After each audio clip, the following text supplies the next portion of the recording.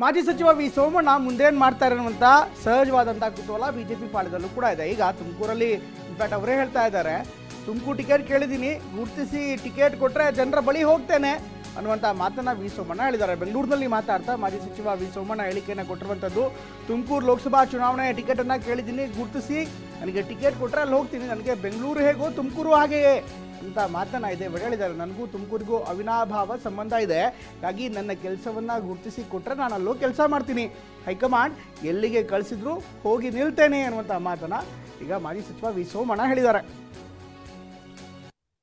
ತುಮಕೂರಲ್ಲಿ ಹೈಕಮಾಂಡ್ ಸುಳಿವು ಕೊಟ್ಟಿದೆ ಅಂತ ಸೋಮಣ್ಣ ಟಿಕೆಟ್ ನನಗೇನು ಮಾಹಿತಿ ಇಲ್ಲ. ವಿಜೇಂದ್ರ ಅವರು ಹೇಳಿದ್ದಾರೆ. ನನಗೆ ಖಂಡಿತ ಮಾಹಿತಿ ಇಲ್ಲ.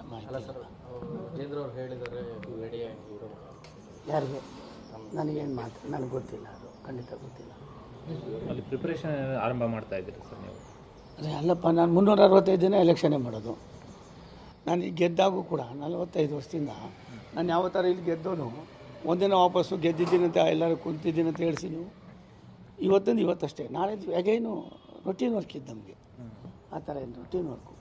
ಸ್ವಲ್ಪ ಸೋತಿದ್ದರಿಂದ ಸ್ವಲ್ಪ ಸೋಂಬೇರಿ ಆಗಿದ್ದೀನಿ, ಹಾಗಾಗಿ ಸ್ವಲ್ಪ ಆಕ್ಟಿವಿಟೀಸ್ ಆಗಬೇಕು.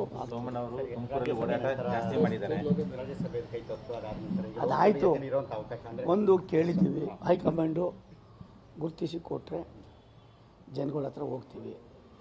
ಈ ರಾಷ್ಟ್ರಕ್ಕೆ ಮತ್ತೊಮ್ಮೆ ಸನ್ಮಾನ್ಯ ನರೇಂದ್ರ ಮೋದಿಯವರು ರಾಷ್ಟ್ರದ ಪ್ರಧಾನಿ ಆಗಬೇಕು, ಭವ್ಯ ಭಾರತದ ಭವಿಷ್ಯದಲ್ಲಿ ಭಾರತವನ್ನು ಉತ್ತುಂಗ ಕೊಂಡೊಯ್ತಾರೆ ಅನ್ನುವ ಅಚಲವಾದ ನಂಬಿಕೆ 142 ಕೋಟಿ ಭಾರತೀಯರಲ್ಲಿದೆ.